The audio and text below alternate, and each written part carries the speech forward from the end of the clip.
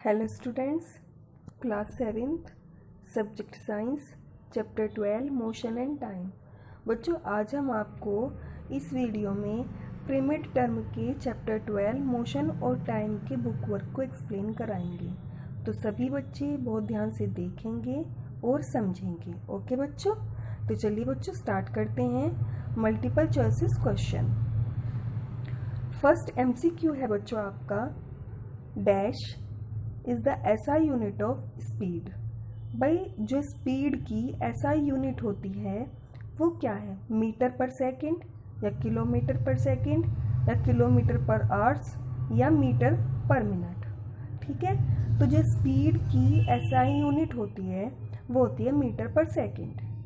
Second है, विच of the following is a scalar quantity. भाई scalar quantity इनमें से कौन सी है?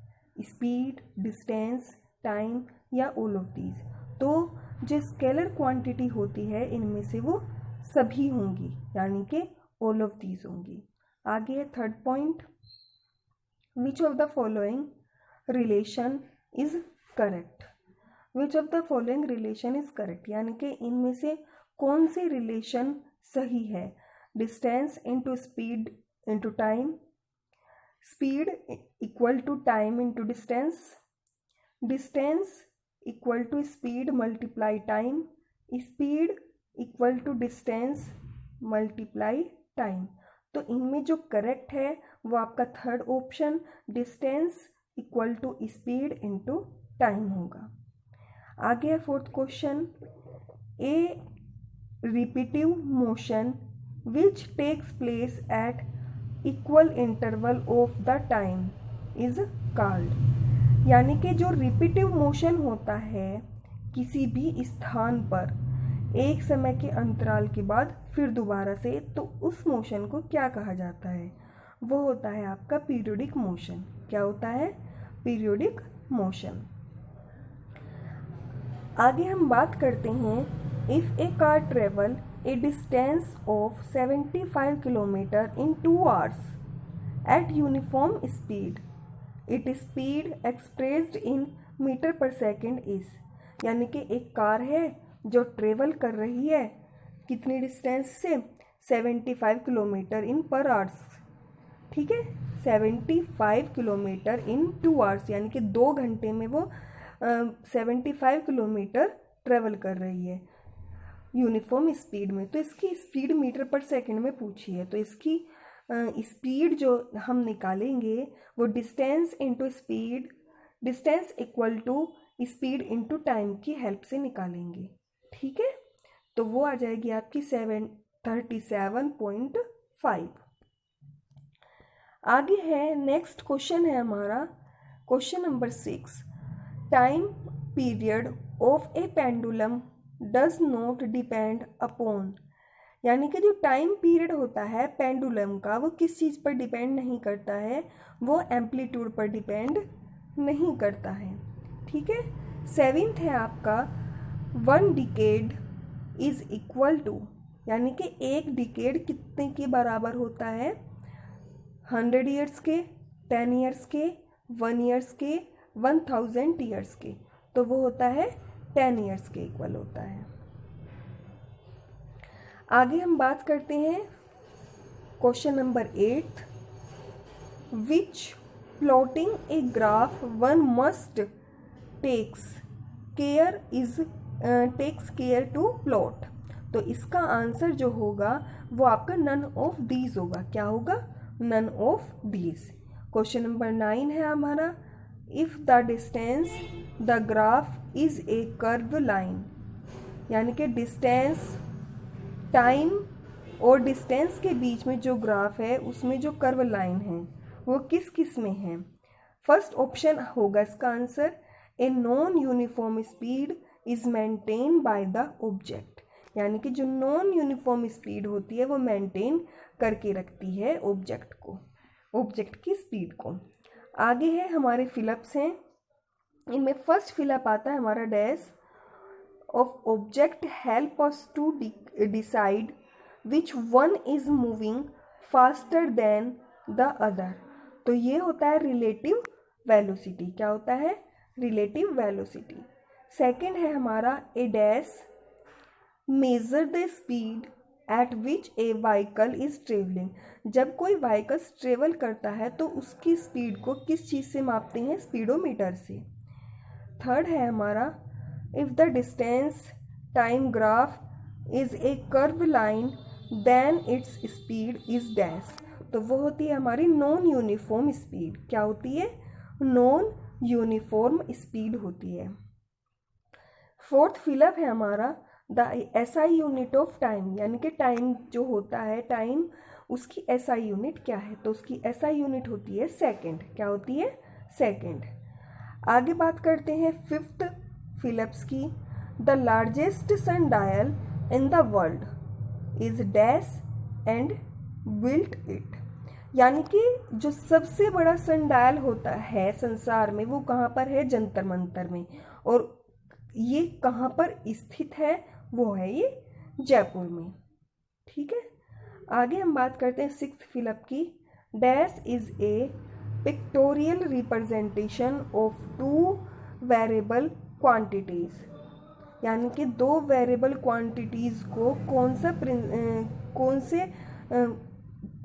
किस पर हम उसे रिप्रेजेंट कर सकते हैं। ठीक है, तो वो होता है आपका ग्राफ। आगे है हमारा dash motion has been use to make clock and watches.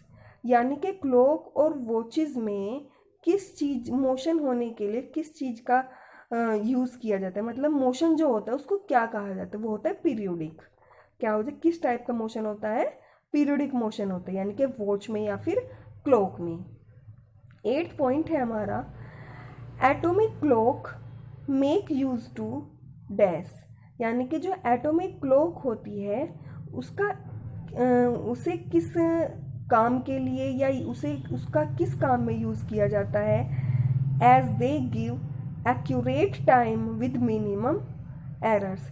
यानी कि एटॉमिक क्लॉक को बनाया गया है, एक एटॉमिक क्लॉक है जिसे बनाया गया है जिससे बहुत कम एरर हो, बहुत कम गलतियां हो, वो टाइम को बिल्कुल एक्यूरेट बताए, तो वो होती है स्टॉप वेव।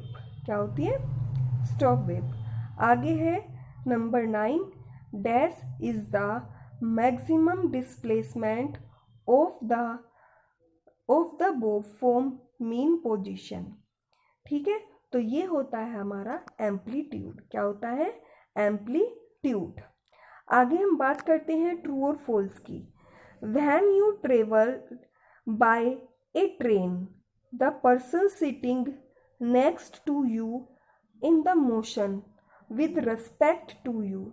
यानी कि जब आप किसी भी ट्रेन में ट्रेवल कर रहे हैं तो जो पर्सन आपसे आगे बैठा हुआ है, जब मोशन होता है तो आप उसकी ओर झुकते हो, तो ये आपका हो जाएगा राइट।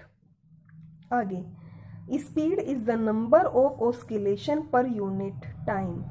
यानी कि जो स्पीड होती है वो पर ऑस्किलेशन पर यूनिट टाइम होती है, तो ये आपका हो जाएगा फॉल्स, ये आपका रॉन्ग है। आगे है the longer a body takes to change its position. यानी कि जो लॉन्गर बॉडी होती है वो क्या काम करती है? पोजीशन को चेंज करती है। The faster is its speed. जब स्पीड जो होती है वो बहुत ज़्यादा तेज होती है, तो ये हो जाएगा आपका फॉल्स, वो चेंज नहीं करती। आगे है राइट रॉन्ग। राइट रॉन्ग में जो हमारा फर्स्ट है odometer is the device use to measure the speed of a vehicle. जो ओडोमीटर होता है वो एक ऐसी डिवाइस होती है जिसका इस्तेमाल व्हीकल्स की स्पीड को मापने में किया जाता है, तो ये आपका राइट होगा, यानी कि सही होगा। सेकंड है हमारा distance equal to speed into time, तो ये भी बच्चों आपका सही होगा, यानी कि राइट। आगे है wrist watches are use to measure time in sports event. यानी कि जो स्पोर्ट्स इवेंट होते हैं वो कलाई वाली घड़ी होती है जिसे हम अपने हाथों में बांधते हैं, उससे टाइम को मेज़र करते हैं, रॉन्ग, तो ये आपका गलत हो जाएगा, उससे मेज़र नहीं करते हैं। इसके बाद हम बात करते हैं यस और नो की। ठीक है, यस और नो में फर्स्ट है हमारा is the shadow cast by a sundial longer in the morning, यानी कि जो सनडायल होता है वो सबसे ज़्यादा जो शेडो देता है वो मॉर्निंग के समय देता है, तो ये आपका हो जाएगा राइट, यानी कि यस। आगे है does the time period of a simple pendulum remain constant even if the length of the pendulum keeps changing, तो ये आपका हो जाएगा नो, यानी कि कोई भी चेंज नहीं करता है। इसके बाद थर्ड पॉइंट पे आ जाइए, can oscillation be the maximum displacement, can the oscillation be the maximum displacement, can oscillation be the maximum displacement of the both on either side of its mean position, क्या oscillation जो होता है सबसे ज़्यादा displacement यानी कि दोनों side जो मीन पोजीशन होते हैं दोनों साइड इक्वल होता है, तो ये आपका हो जाएगा रोंग, यानी कि नो। इसके बाद हम बात करते हैं मैचिंग की, जिसमें दो कॉलम्स दिए हुए हैं, कॉलम ए और कॉलम बी। हमें कॉलम ए को कॉलम बी से मैच कराना है, और फर्स्ट है हमारा कॉलम ए में पीरियोडिक मोशन जो है वो है हमारा कॉलम बी का एच पॉइंट, यानी कि movement of the earth on its axis, ठीक है, यानी कि अपने एक्सिस पर मूवमेंट करते हैं।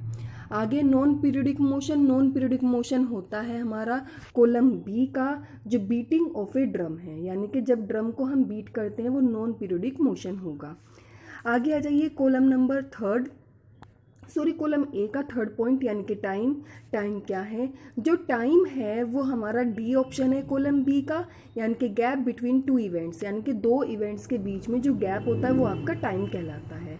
इसके बाद आ जाइए सनडायल क्या होता है भाई, सनडायल जो होता है वो एक मेजरिंग टाइम होता है, यानी कि कॉलम बी का एफ पॉइंट मेजरिंग टाइम होता है, यानी कि टाइम को मेजर करना। आगे हम बात करते हैं पेंडुलम की, कॉलम ए के फिफ्थ पॉइंट में पेंडुलम क्या है भाई, पेंडुलम जो होता है a heavy mass suspended from string, यानी कि किसी भी भारी चीज से वो एक डोरी के द्वारा वो लटका हुआ होता है, उसको पेंडुलम कहा जाता है। आगे आ जाए सिक्स्थ पॉइंट में सोलर डे क्या होता है, ठीक है, जो सोलर डे होता है वो 24। आगे हम बात करते हैं कॉलम ए का जो सिक्स्थ पॉइंट है सोलर डे, ठीक है, सोलर डे का जो आंसर होगा वो आपका कॉलम बी का जो बी पॉइंट है, यानी कि 24 आवर्स। जो सोलर डे होता है यानी कि जो सूरज का जो पूरा दिन होता है वो 24 घंटे यानी कि 24 आवर्स होता है, यानी कि 24 घंटे का होता है। आगे हम बात करते हैं कॉलम ए के जो सेवेंथ पॉइंट है graph parallel to time axis, यानी कि ग्राफ जो होता है टाइम जो ग्राफ पैरेलल होता है वो टाइम का जो एक्सिस होता है उसके बारे में बात करते हैं। तो इसका जो आंसर होगा वो आपका कॉलम बी का जो सेवेंथ पॉइंट है, कॉलम बी का जो सी पॉइंट है, यानी कि स्पीड जीरो है, तो वो आपका इसका आंसर होगा, यानी कि column C graph parallel to time axis क्या होगा आपका कॉलम बी का सी ऑप्शन होगा, स्पीड इज 0, यानी कि वहां पर जो स्पीड होगी वो कितनी होगी 0 होगी। इसके बाद हम बात करते हैं कॉलम ए के 8 पॉइंट में जिगजैग ग्राफ। जो जिगजैग ग्राफ होता है वो क्या होता है, वो नॉन यूनिफॉर्म स्पीड होती है, क्या होती है, नॉन यूनिफॉर्म स्पीड होती है। इसके बाद बात करते हैं एनालॉजी टाइप की। एनालॉजी टाइप क्या है भाई, एनालॉजी टाइप जो है उसमें सबसे पहला जो पॉइंट है वो सिंपल पेंडुलम है, ठीक है, सिंपल पेंडुलम यानी कि पीरियोडिक मोशन। और इसके बाद है जो हमारा सिंपल पीरियोडिक मोशन है यानी कि swaying of the branches of a tree, यानी कि जो ट्री होता है, पेड़ होता है, उसकी जो ब्रांचेस होती हैं वो। आगे हम बात करते हैं सेकंड पॉइंट में स्केलर क्वांटिटी जो होती है वो स्पीड होती है और वेक्टर क्वांटिटी जो होती है वो डिस्प्लेसमेंट होती है। और आगे जो आपके दिए हुए हैं ये आपके डायग्राम से शो है। पहले डायग्राम में यूनिफॉर्म शो किया गया है, सेकंड डायग्राम में पीरियोडिक मोशन शो किया गया है और थर्ड वाले डायग्राम में भी आपका पीरियोडिक मोशन शो किया गया है और फोर्थ डायग्राम में यूनिफॉर्म मोशन शो किया गया है। आई होप बच्चों आपको ये वीडियो समझ आई होगी और अगर कुछ चीज़ें ऐसी हैं जो आपको समझ नहीं आई हैं तो वो आप मुझे मैसेज में डाल सकते हैं, मैं इनका सॉल्यूशन करूँगी। और सभी बच्चों को ये बहुत ध्यान से देखना है और लर्न करना है। ओके बच्चों, thank you so much, all the best for your exam.